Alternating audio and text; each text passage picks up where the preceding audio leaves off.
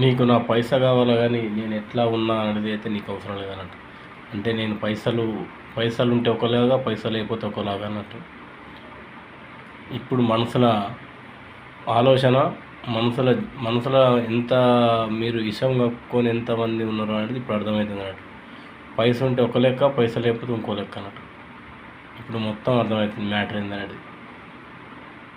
ఎవరైనా కట్టుకున్న భార్య అయినా, కన్న కొడుకైనా, కన్న తండ్రి అయినా, కన్న తల్లి అయినా పైసనే.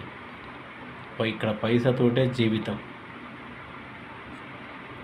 నేను కానరాని దేశం వచ్చి కొన్ని ఏళ్ళ నుంచి కష్టపడ్డది అంతా నా వాళ్ళ కోసమే.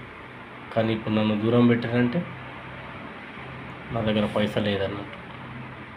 పైస ఉంటే నా ఓడు, పైస లేకపోతే ఎవరో అన్నట్టు, పరాయోడు అన్నట్టు.